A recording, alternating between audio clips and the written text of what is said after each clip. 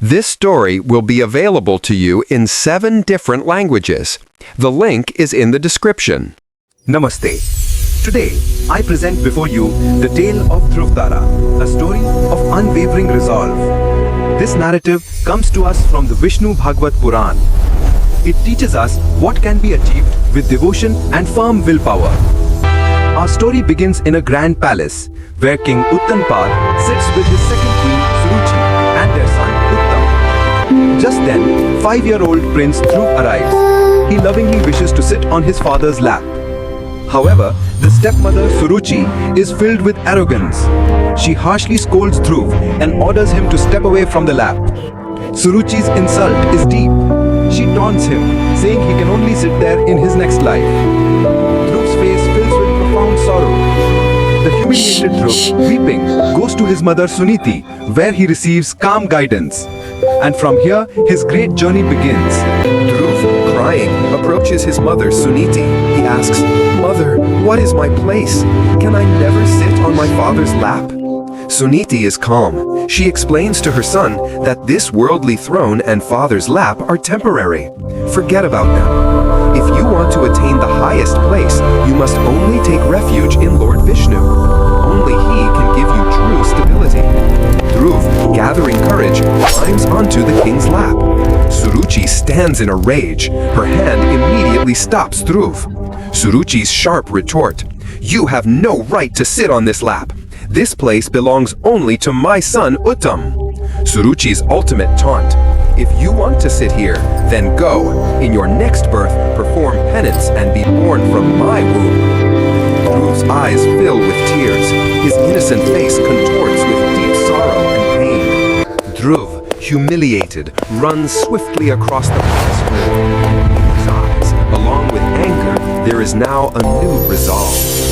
Dhruv eagerly approaches his father.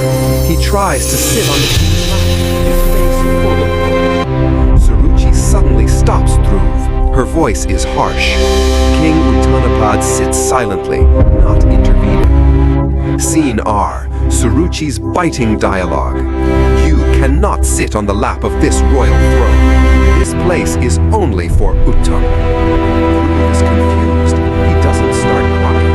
There are questions in his eyes. He looks at his father. King Uttanapada lowers his gaze. He remains silent before Suruchi's arrogance, not stopping his wife. Suruchi taunts, "Go! You were not born from my womb. You have no right. If you desire the king's lap, then perform penance in your next life and be born from my womb." Dhruv's eyes fill with tears. His innocent face breaks with the pain of humiliation. Dhruv rushes out of the assembly hall, almost stumbling. The sound of his tiny footsteps echoes. Dhruv reaches the simple chamber of his mother Suniti. She sits on the floor, calm and humble. Dhruv, weeping, lays his head in his mother's lap. He sobs and recounts the entire incident of the insult. Suniti strokes her son's head. There is sadness in her eyes too, but her face holds a calm acceptance. Dhruv's question, "Mother, what is my place? Is there no place higher than Suruchi's taunt?" "Son, this throne and worldly possessions are transient. The highest place is only at the feet of Lord Vishnu. Only he can give you true stability." Dhruv stops crying. In his eyes now, there are no tears, but the gleam of an unbreakable resolve. Dhruv says with determination, "Then I will attain the highest place, a place that Suruchi can never snatch away." Suniti kisses her son's forehead. She understands that her son is now about to embark on a great journey. Dhruv changes out of his ordinary boy's attire and, renouncing the palace, steps out with resolute steps. Dhruv exits the main gate of the palace. Leaving the city's commotion behind, he gazes directly towards the forest. Little Dhruv, all alone, walks on the rugged path. He does not look back. The forest begins. Dhruv feels no fear. His face still bears the memory of insult and a strong sense of purpose. From a distance, Devarshi Narada Muni appears, seen approaching. He is absorbed in meditation under a tree with his veena. Narada Muni's eyes fall upon Dhruv. He is startled to see such a young boy alone in the forest. Narada Muni comes before Dhruv and lovingly stops him. "Who are you, child? What are you doing in this fearsome forest?" Dhruv, without fear, firmly states that he has come to perform penance to attain the highest position. Narada Muni listens to the story of Dhruva. He is impressed by the boy's unwavering resolve and his simplicity. The sage explained how difficult the path of penance is. He advises him to return to the palace. Dhruva shakes his head and says he will not go back. He desires that very place which is eternal. Narada Muni recognizes Dhruva's steadfastness. He now decides to guide him instead of stopping him. Narada Muni instructs Dhruva to go towards the tranquil Madhuvan on the banks of the Yamuna. Narada Muni whispers the great mantra into Dhruva's ear. Om Namo Bhagavate Vasudevaya. Dhruva listens to the mantra carefully and repeats it. His face now bears an expression of faith and devotion. Narada Muni smiles and Dhruva bows to him, continuing his journey towards Madhuvan with new enthusiasm. Dhruv enters the serene and sacred land of Madhuvan. He looks around and chooses a suitable rock for his penance. He sits on the rock. Closing his eyes, the little boy becomes absorbed in meditation, and a slow chanting of mantras begins from his lips. First few weeks, Dhruv eats only forest fruits and berries. His body is childlike, but his mind is resolute. Time passes. Dhruv's body becomes still and unmoving. Leaves and dust begin to accumulate around him. The intensity of his penance increases. Dhruv gives up food. Now he sustains himself by drinking only the water of Yamuna. Wild animals like deer and tigers come near him. They observe the boy peacefully and then move away, not disturbing him. Next stage of austerity, Dhruv gives up water too. He relies only on cosmic air. Dhruv's breaths become extremely slow. His consciousness is focused solely on the mantra and meditation on Lord Vishnu. The atmosphere begins to heat up from the fire of his penance. The leaves of the trees in Madhuvan are trembling even without wind. The soil around Dhruv's sitting place dries up and starts to crack.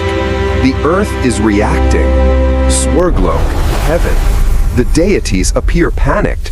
They cannot understand where this energy is coming from. Devraj Indra and other deities express concern in the assembly. They are fearful seeing the child's power and resolve. The gods decide to disrupt Dhruv's penance. They send illusions and apsaras into the forest. Beautiful apsaras dance around Dhruv. Frightening sounds and terrifying sights emerge. Dhruv is unperturbed. His eyes are closed. No illusion can break his meditation.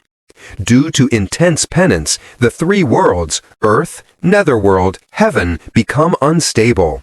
Restlessness and heat increase everywhere. Lord Vishnu rises from his Sheshnag couch in Vaikunta. He smiles, recognizing Dhruv's extraordinary devotion. Vishnu immediately mounts his vehicle, Garuda. He departs towards earth, for the boy's resolve has been fulfilled. Suddenly, a bright, divine light spreads through the place of penance. It is so magnificent that the darkness in the forest flees. Lord Vishnu appears before Dhruv in his four-armed form, adorned with magnificent jewels. Dhruv's eyes slowly open. He is completely stunned by the magnificent vision of the Lord before him. Dhruv had seen the Lord in his imagination, but this real form is far more beautiful and wondrous than anything he had imagined. Dhruv becomes emotional. The fruit of his penance is before him, and he is unable to stop his tears. Dhruva immediately rises and bows at the feet of the Lord. He salutes him with devotion alone, without words. Lord Vishnu produces a sweet sound from his conch, which calms and clarifies Dhruva's mind. Lord Vishnu smiles. His face is filled with love and compassion. He begins to converse with Dhruva. The Lord asks Dhruva, "I am pleased by your unwavering devotion. Ask, child, what boon do you desire?" Dhruva remembers that he had come to gain the highest place on his father's lap, but now his desire has changed. "Lord, I have found you. Now I do not desire worldly possessions. I only desire your service." Lord is even more pleased by Dhruv's pure wish. He touches the child's forehead. Lord bestows a boon. "Dhruv, you will attain a place that will be the highest and unshakable. You will become the pole star. You will remain a symbol of steadfastness forever and will be known as a guide." Dhruv looks at the Lord with gratitude. Lord Vishnu's divine light slowly diminishes and he becomes invisible. Dhruv's resolve was fulfilled. After Lord Vishnu disappeared, Dhruv remained seated there calmly. On his face, there was no longer any trace of humiliation or sorrow, but rather profound peace and contentment. Dhruv knew that he had attained the highest place in the world. His childhood ambition had now transformed into immortality. He set off from the forest, returning towards the palace. His journey was complete, and he was coming back as a victor. King Uttanapada and Queen Suniti sat worried in the palace, concerned about Dhruv's safety. Suddenly, Dhruv entered the palace. He appeared more radiant and full of confidence than ever before. King Uttanapada rushes and embraces Dhruv. He realizes the power of his son's penance. Suruchi also stands there. She is ashamed and stunned by Dhruv's radiance. Her ego is shattered. Dhruv looks at his stepmother with feelings of forgiveness and love. Any desire for revenge has completely vanished. The king wishes to entrust the throne to Dhruv, but Dhruv does not accept this worldly power. Epilogue begins. Dhruv ultimately brings satisfaction to his mother Suniti and father and departs for the divine abode. Dhruv becomes eternally fixed in the sky as a shining star, that is, the pole star. We emphasize, this story depicts the unbreakable resolve of a 5-year-old child. The message? His strength lay not in his age, but in his determination and the clarity of his objective. Conclusion. The pole star remains a symbol of steadfastness in the heavens even today, reminding us that everything is possible through devotion. This was the story of Dhruv Tara, who transformed insult into immortality.